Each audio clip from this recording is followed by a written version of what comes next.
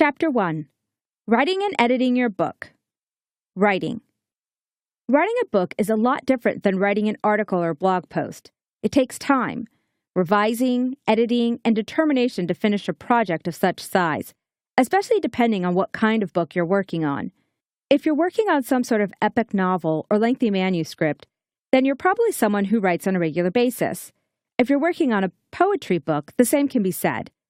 If you're a public speaker in sales or an expert in another field or industry, then writing may not be your best skill, which is another reason why I'm putting this book together. It amazes me how often I come across websites online that contain written content that makes zero sense at best. The sentence structure is poor, the content is riddled with spelling and grammatical errors, and it becomes very difficult for people to read.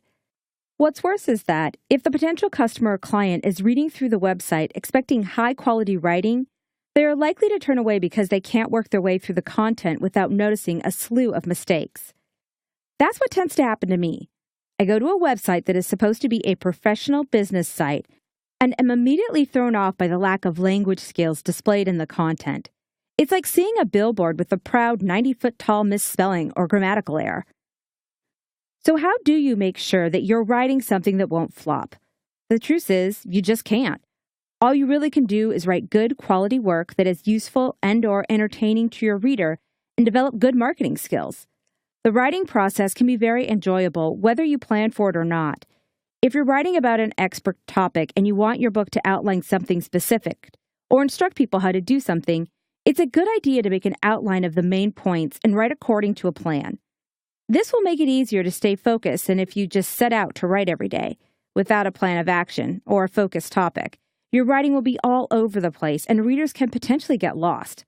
The same can be said for a work of fiction with a complex plot line or a number of subplots. You want your reader to move seamlessly from one page to the next, not sporadically be presented with information. Now that we've covered why an outline is important, let's discuss how you can create a workable outline. I think of an outline as a projected table of contents. What do you want the book to contain? How can you organize this information in a way that flows and is easy to flow? Let's say that there are 4 major parts to your book. I would put those 4 categories as the main categories. So if you have a hierarchical diagram, you would outline something like this. Category 1, subcategory, subcategory. Category 2, subcategory, subcategory. Category 3, subcategory, subcategory. Category 4, subcategory, subcategory. The main categories are like a container for the subcategories. This is how you can group certain topics under the umbrella of one larger topic and keep your work organized. The subcategories are there to be more detailed explanations of parts of the main categories. For example, if you are writing a book on how to take care of your dog, you may choose to do a category of feeding with a subcategory of what nutrition your dog needs, with another subcategory of supplementing your dog's health. Once you've figured out your category groupings, you're ready to write. Keep in mind that none of this is necessarily set in stone. You can always make additions, changes, or revisions later on. There's nothing wrong with that. In fact, most writers make a great deal of changes to their first drafts, sometimes even their 4th or 5th drafts. It all depends on whether the completed book reads well, flows well, makes sense, and feels right. Once you have the first draft of your book, leave it alone for a while. This could be a day or 2, a week, and sometimes even a month of time before you go back and look at it with a fresh perspective. The reason for doing this is to make sure that your subconscious has time to let the information settle, and that you aren't completely burnt out on the topic when you move forward in your revision and editing process. Taking a step back on a project for a day or a week will allow you to rest your brain and your eyes and make sure your life gets a little variety before jumping back in. I know that for me personally, focusing on a single project for too many consecutive hours or days is very tedious and can make it feel like a chore instead of enjoyable. That's why I like changing it up a bit with each day. I focus on one project for an hour or 2, move on to another, then go back or even work on a third project. This ensures that I don't get bored or find any one activity too tedious, and it also means that I enjoy my job every day. It's also a good idea to let a few friends, peers, or other writers read your work and get some feedback. Then you'll be able to go over it again with the reaction of others in mind and revise whatever catches your eye as well. Getting input from other people is also a good way to get another perspective on your writing and how you present information, which is also a good thing, no matter how good a writer you are. Think of it this way. Your revisions will be much more educated if you consider feedback from others. That brings us to the next section. Revision. Revising is a necessary part of the writing process. Think of the original draft as a practice run. Practice makes perfect. So every time you read through your book and make improvements, it gets better and better. Now, that doesn't mean you should go through it 50 times and make changes. Use your better judgment. Make the changes that make sense and improve the quality of the work. Don't make changes just for the sake of making changes. Not all writers agree with revision, nor do all works desperately need revising. It is, however, a good idea to go over your work with a fresh perspective and make changes where you feel they are necessary. An extremely useful tool for this process is the Track Changes feature in Microsoft Word. I use this feature constantly when I edit someone else's work, as well as my own work. It helps because you can go back and see exactly what was changed when and by whom if there are multiple editors. You can also leave comments directly in the document, making the entire process less tedious because you're not looking at two separate windows trying to figure out what page a change is on. Before I learned to use the Track Changes feature, I would go through a document and simply make a note of which page, paragraph, and line the change needed to be made on. This is definitely not an efficient way to go about editing. And as soon as I found the feature a few years ago, it was out with the old and in with the new. Work smarter, not harder, right? So, in case you haven't been made aware of this feature or just simply have never used it, let's take a look at some of the possibilities this feature offers and go through a crash course of the review pane in Word. First, look for the tab in your top menu of Word that says Review. Click on it to select the review pane and gain access to all of the document review options. As you can see, there are quite a few options for this tab that will allow you to use tools to streamline the revision process. We're going to focus on the Track Changes button, the comment options, the Accept, Reject, Previous, and Next buttons. First, let's check out the Track Changes button. Once you activate this setting, every change you make will be tracked and documented by the program. Whether you insert a comma, delete an extra character or letter, or even completely replace a whole part of a sentence, this feature will keep track of it so that you can see everything that's been changed throughout the entire document. It'll look something like this. The beginning of the line is marked whenever there is a change or correction present, and the revisions are marked with different color for each editor. In this example, it's red, but if you were to set up the document for someone else for their input, their changes would show up in a different color like pink, blue, or green. If you want to make additional changes in different colors, you can also select Change User Name from the drop-down menu of the Track Changes button. Now let's take a look at how comments work. This can be incredibly useful for revising because you may not want to make the change, know you want to change but don't know what it is yet, or simply want to insert something to think about during your next pass of editing or before you get another person's input. The way to do this is simple. Highlight a word, phrase, sentence, paragraph, or even a page that you want to comment on, and click the New Comment button. A box will appear in the same color as your edits do, and you can leave your comment in the bubble. Note that you have to manually delete comments once you're finished with them, as they don't count in the Accept or Reject revision. Comments can be used for just about anything. As someone who edits on a regular basis, I often find myself asking the writer questions, making suggestions, trying to clarify, or simply trying to reach a compromise on part of their work. This also means that the writer can give their input before changes are made, which is very important if you want to maintain a collaborative effort in your work. If you're editing your own work, it can allow you to make suggestions to yourself, get feedback from others, or simply make notes about something that doesn't quite feel right, might need to be changed, or seems off somehow. Above is our first corrected error. Notice that it's highlighted in blue as if you had selected it with the mouse. This is the first error, and if you pressed Accept, it will update and the next error will be highlighted. If this process is too tedious for you, going through mistakes and corrections one at a time, there is a bulk option as well. It can be quite a task to edit a book. Even going through a manuscript once is pretty time-consuming, and oftentimes, after several hours of paying attention to minute details and meticulously going through one mistake after another, your eyes can start getting tired or playing tricks on you. If you know that the corrections that have been made are correct, why bother looking at them each one at a time again when you can simply click Accept All? Now that we've covered the technicalities of revision, let's go over the importance of it. The very first time you do something, it may or may not be perfect, or even as good as you'd like it to be. Maybe you bake a cake for the first time and it tastes fine, but it looks ridiculous.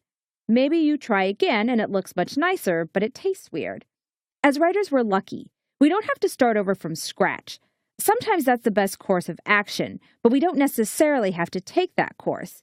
Instead, we can work with what's already there and revise. We can rearrange chapters, rearrange sentences, take entire sections out of the book, add new sections or chapters, and make little technical corrections along the way. The main thing to remember is that the first draft is usually not the final draft, so some revising is generally a good thing. If you can get input from 2 to 4 other people, then why not do so? They may be able to point things out to you that you would normally miss. Finally, mistakes your spell checker won't notice. This is very important if you want your book to be professional, polished, and respected. Self-publishing gets a bad reputation a lot of times because of the poor quality of the writing, which happens when someone is working completely on their own and trying to crank out a professional book. I hate to be the bearer of bad news, but it's not going to happen. The book written by an individual writer with absolutely no feedback and no editing is likely going to be one that just isn't worthy of the market. Don't get me wrong, it still has a chance to sell some copies, but as soon as the reviews start rolling in and readers are more disappointed than not, it's time to consider hiring an editor or making more than a single revision pass over your work. Here are some of the most common mistakes that a spell checker will miss. Of course, most people know about the your and your dilemma, as well as it's, and there, and there. Spell checker doesn't always miss these, but it's very likely that it can. Then there are nonsensical sentences that a spell check program can miss, specific words especially. They can either have a double meaning or they can be spelled 2 different ways. Accept. I like them all except for the brown one. Accept. I don't think anyone should ever accept failure. Effect. The effect of global warming is yet to be fully determined. Affect. Your love life simply doesn't affect me, so why do you insist on sharing the details? Pain. The rain is falling on the window pane. Pain. Heartache is a unique and internalized form of pain. More. Can I have more ice cream, please? Moor. The moor is a wasteland of undrained marsh. Bear. My favorite animal is a bear. Bare. The night air feels cold on my bare skin. Staring. I'm staring at the image, but I still can't figure out what it is. Starring. Have you seen the new movie starring Kiefer Sutherland? Lead. My eyelids felt like they were made of lead as I drifted off to sleep. Led. The officer was very humble even though he led everyone to safety.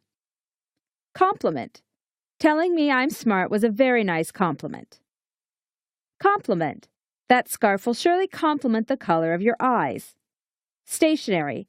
If you're in danger, it might be best to remain stationary. Stationary. The stationery she bought me was unique and nice to write on. As you can see, there are a great number of words like this. They look almost the same, usually sound the same, and have completely different meanings. Unfortunately, the only way to fully get a handle on the difference of these words and their spellings and meanings is to study them, read them, and use them over and over until you get it right. The examples listed above might help, but ultimately it is a learned skill. Just because you're a talented storyteller doesn't mean that your writing is good. Everyone needs some basic training in English and sentence structure, spelling, and grammar. If you want to be a good writer and release professional, respectable work, then making sure your language is correct, or at least mostly correct, is a pretty good idea. When writers go through traditional publishing houses, They have editors assigned to them. For a decent publishing house, the editor will work with the writer to ensure the quality and accuracy of the manuscript before publication. This is one of the vital processes that make a book publisher quality versus low quality. On that note, let's check out the editing process. Editing. Most people think of editing and proofreading as being the same thing. That couldn't be further from the truth. While a proofreader will go through someone's work and make technical corrections to the work, an editor will go through a work, make suggestions, ask questions, restructure sentences to make more sense, and essentially collaborate with the writer to develop the work and to get it to its full potential. My recommendation is you give your work to a friend or three to look over and get some feedback from them. Though this should be done preferably by someone with good written language skills, it can also be done by someone who is an avid reader or does a lot of work over the internet and writing. What makes a piece of writing good is when the audience can connect with it. This is one of the most versatile forms of communication because words can express everything imaginable with the proper combinations. Writing shouldn't just be to communicate a point, though. It should be informative and somewhat entertaining to keep the reader's attention. Otherwise, you have a reader with a wandering mind who doesn't understand what they're trying to read. And who are your readers? Every work has a target audience. Though this is where a little marketing knowledge can go a long way, as well as a little sharing and asking for appropriate input. For example, if you wrote a book on pets, you wouldn't ask a stockbroker to give you feedback unless he or she has considerable knowledge on pets and pet care, right? Someone from your target audience is best, and for feedback purposes, someone with some knowledge on the subject is better. Now let's cover why editing is important, especially for an independent author. There's absolutely nothing that screams, "I'm not a professional," more loudly than poorly written work. If you're going to call yourself a writer and get published by a major traditional publisher, then sure, make a few mistakes, have some errors in your manuscript. The publisher has editors on their staff that will work with you. They will catch things that you probably won't, especially if you've fallen into some bad habit traps over the years. If you're on your own, independently publishing your work, then you have to play all the roles required: writer, editor, cover designer, marketing specialist, PR writer, blog tour scheduler, manager, agent, everything.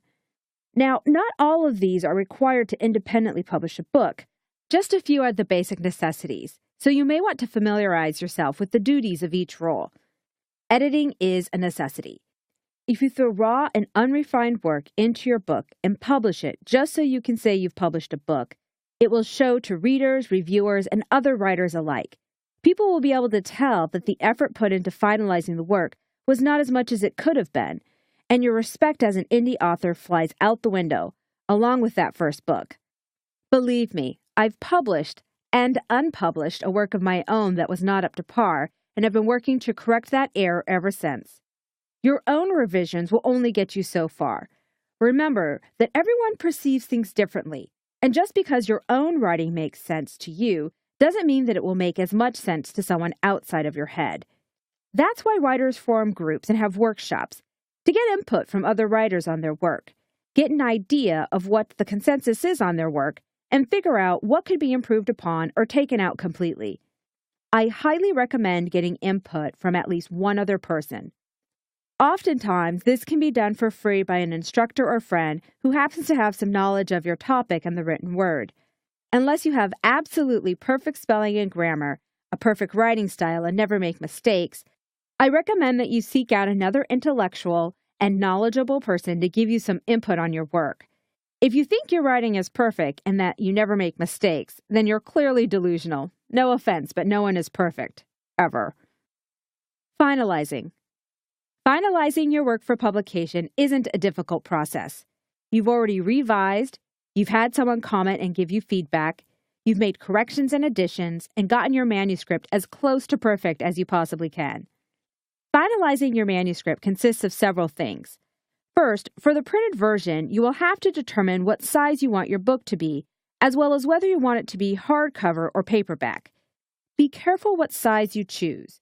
If you use CreateSpace, which is the most effective and wallet-friendly way to get your book available on Amazon and to other online retailers, then you can choose from the following sizes: 5 by 8 inches, 5.06 by 7.81 inches, 5.25 by 8 inches, 5.5 by 8.5 inches, 6 by 9 inches, 6.14 by 9.21 inches, 6.69 by 9.61 inches, 7 by 10 inches, 7.44 by 9.69 inches, 7.5 by 9.25 inches, 8 by 10 inches, 8.5 by 11 inches.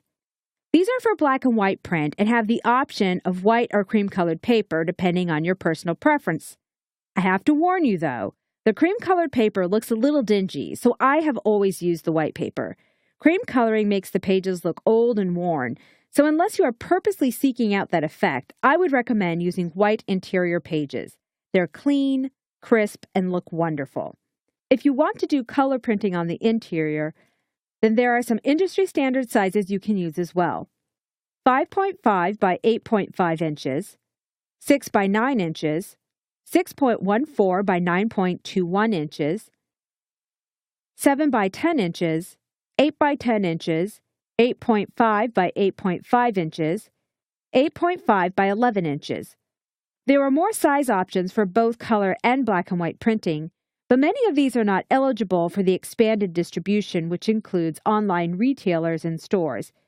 If you only want to sell your books through Amazon and aren't worried about the other distributors, then you could go as far as creating your own size for printing. Once you've determined the size of your book, it's time to resize your Word document and reformat it to look right in that size. For the sake of this example, let's use my favorite trim size, which is the 6 by 9 inches. This trim size is referred to commonly as trade paperback. I found that this size of a book isn't too large or awkward to hold, has a comfortable feel to it, and is ideal for paperback versions. When you're ready to resize your document, go to your Page Layout tab in Word and click on it to open the Control pane. You can now see all of the different controls you need to resize your document to the appropriate size. If you don't resize your document, it will stay in its 8.5 by 11-inch default setting, and whatever size your book will be printed will be how much of the page is actually printed.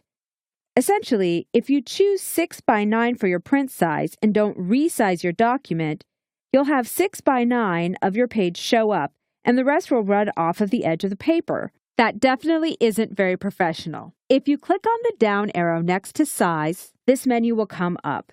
If your size doesn't show up in the main menu, go ahead and click on the More Paper Sizes option.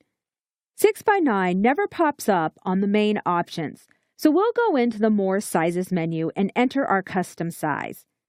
The 6 by 9 trade paperback size is an industry standard and works across platforms. Namely, it is supported by Lulu and CreateSpace alike, which makes the process of getting your work out there simpler and easier to accomplish. If you want the smaller paperback size that most books come in, you can choose that as well because it also works across platforms. That size is referred to as A5 and is approximately 5.83 by 8.26 inches. To make sure your book will be printable through both avenues, if you choose to use them, use a trim size that is available on all self-publishing sites, the most important being CreateSpace.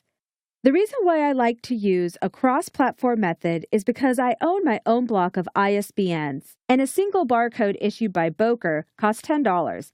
If I want to get my hands on a free auto-generated barcode to stick on the back of my book, I publish on Lulu.com, and they give me a PDF image of the barcode. A simple screenshot, crop, and a cut-paste operation in Photoshop later, I can add my price to the barcode, have a professional-looking back cover, and save myself $10.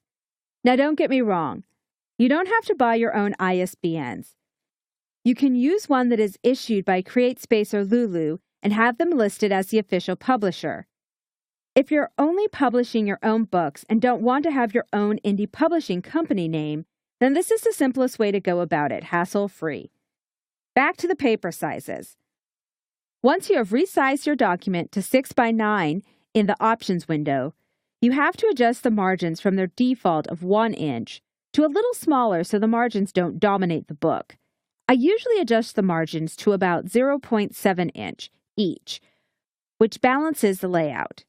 The small image of the paper with the lines on the bottom left of your pop-up menu will give you an idea of how the paper will balance out, including margins. As you can see from the paper window, the margins look a little large for a book, so tab over to the Margins tab and make your changes there. The reason I use 0.7 inches and not less is because you have to make sure that there's enough space to allow for errors. When paper is running through a printer at high speeds, there is a natural tendency for some errors to occur. You don't want the margins to be too small, but you also don't want them to be too big. If they're at 0.7 inch, then they could go down to 0.5 inch without any chance of the words being cut off. Once you've changed these settings, the page numbers will also change, and so will the way things are spaced out in your document. The formatting will seem off because you just decreased the page size throughout the entire document, which then needs to be corrected for print purposes, especially if your book contains images. Though it may seem tedious at first, the only thing you really need to do is reposition your text where you want it as far as headlines and such go. Chapter beginnings usually mean a new page. If you're really particular, then they mean a new odd-numbered page. Since all of the revising and editing has already been done, all that's left is repositioning the chapter beginnings the way you want them to appear. Remember, odd pages are on the right and even pages are on the left. When you go through your manuscript and fix these formatting issues, you can also go ahead and add headers and footers to your document. Including page numbers, your book's title, or your author name is the norm for headers and footers. I generally use the footer for page numbers and the header for the author name. You can also do different odd and even pages. One of my important suggestions is to change the text color to gray for the headers and footers so they don't get mixed up with the other text on the page once the Word document is converted to a print-ready PDF. Though the header and footer sections appear lighter in Word already, they often appear as black once the file is converted into a PDF.